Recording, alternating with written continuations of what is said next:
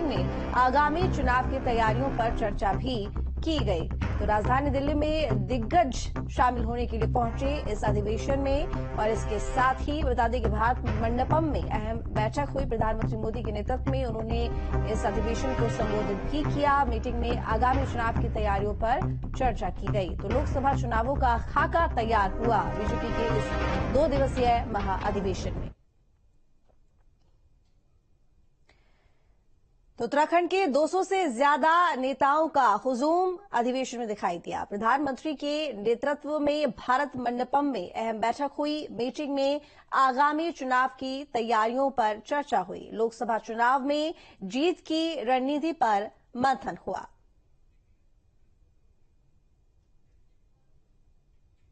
राजधानी दिल्ली में आगामी चुनाव पर मंथन का दौर जारी है और अब आपकी स्क्रीन पर 3 तस्वीरें हैं, जिसे देखकर भारतीय जनता की लोकसभा के चुनाव की तैयारियों का अंदाजा लगाया जा सकता है। तो बीजेपी का राष्ट्रीय अधिवेशन, जिसकी पहली तस्वीर आप देख रहे हैं, दूसरी तस्वीर आगामी चुनाव पर महामंथन, प्रधानमंत्री मोदी का स्वागत, दूसरी तस्वीर पीएम के नेतृत्व में इस अधिवेशन में जो बैठक हुई है और लोकसभा चुनावों को लेकर जो रणनीति तैयार की गई है। तो ये तीनों तस्वीरें जो कि ये बता रही हैं कि बीजेपी अपनी जीत को पुख्ता करने के लिए कितनी जोर शोर से तैयारियां कर रही है।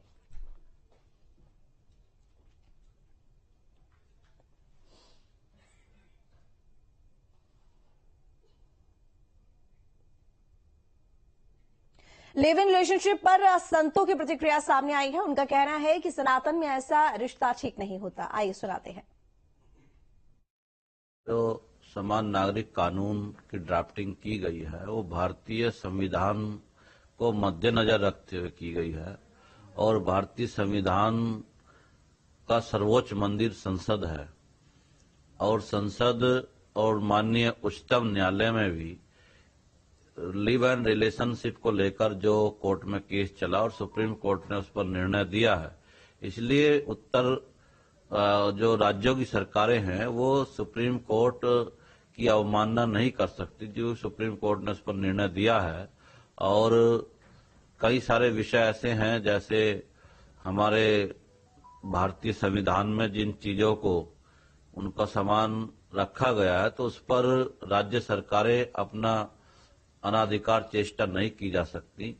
उस पर अध्ययन जारी है और उस पर निश्चित रूप से राज्य सरकारें इस धर्म संबंधित भी निर्णय करेगी, ऐसी हमें अपेक्षा है। संस्कृति की जो विवाह पद्धति है पुराणों में जिसका उल्लेख है, समाज में जो प्रचलित में आज है वो उसका बिल्कुल उल्लंघन है और वो सही निर्णय है सरकार का।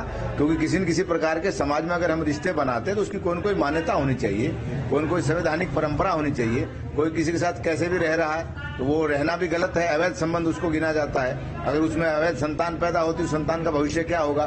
तो सरकार ने जो निर्णय किया वो सही है और सरकार को सख्ती से इसका पालन करवाना चाहिए। के अंदर यह बिल्कुल भी मान्य नहीं है। हमारे यहाँ तो तलाक का भी कोई शब्द नहीं है, हमारे यहाँ तो डाइवोर्स का भी कोई शब्द नहीं है।